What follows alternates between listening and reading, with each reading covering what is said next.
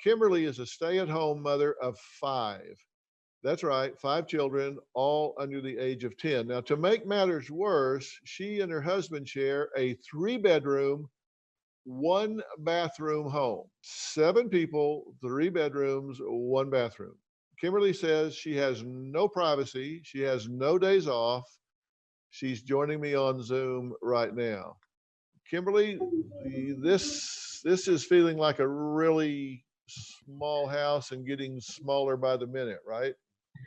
Absolutely. When we bought the house, we only had 2 kids. We weren't expecting to have 5 children at home 24/7, and it's very, very quickly feeling like a sardine can, and there's absolutely no space for any of us to have that space. So how did you wind up with 5 children under 10? Was this by design? No, can't say it was. I grew up in a pretty strict Christian lifestyle, and we just decided that God would give us as many kids as we can handle, and I can't handle 5 kids, so that's the honest truth right now. Okay, and you say even when you don't even have privacy when you're in the shower because you can't lock the door, because if somebody needs to use the bathroom, they have to be able to get in, right? Yeah, there's no locking the door. None of us are able to lock the bathroom door. If someone's in the shower or even on the toilet, like there's always a constant knock on the door, or if I'm in the bath, I always have at least 1 visitor, if not 2 at the time. Mhm. And you grew up with 7 siblings, right? I did. Sorry. Hey, you guys, I can't hear what he's saying. Can you give me 1 minute, please? Tell me who's making the noise right now? Is it the 5, Um, 6, 9, 7? Which one? that would be my 4-year-old and my 7-year-old, and my 6-year-old just ran through the house. So Okay, so those are the youngest kids. yeah, my 10-year-old is sitting like right here next to me. So Uh-huh. Do the 9 and 10-year-old help with the younger children? they do when I absolutely need help, but I try not to lean on them as a form of parenting for them, because it's not their responsibility. It's mine. But sometimes I need help. Of course you do. Now, you say that you're OCD. Tell me what that means to you.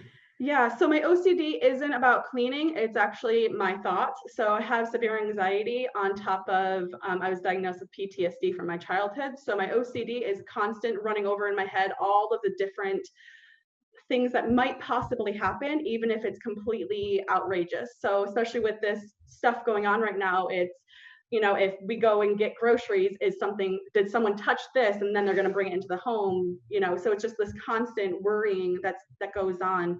And it's not just a fleeting, thought. I obsess about this, where to the point I can't sleep at night because it's overwhelming.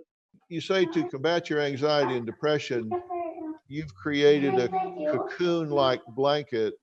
It's made out of silk and you put it over your head, so it's kind of a barrier between you and your outside world.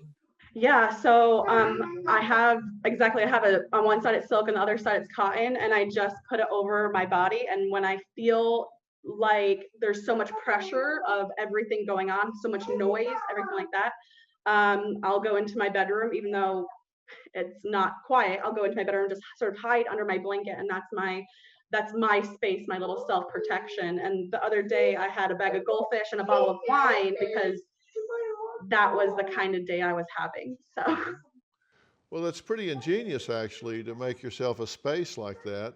Um, and you said that you don't really consider yourself motherly.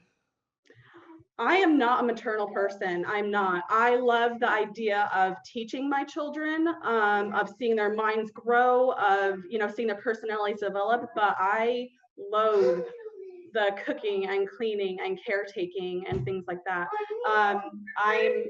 It's just not something that I enjoy. I was raised that was something that I should enjoy and that would give me joy, but it honestly doesn't. And so having to do this every single day, day in and day out, without any kind of outlet for myself is really, really challenging right now.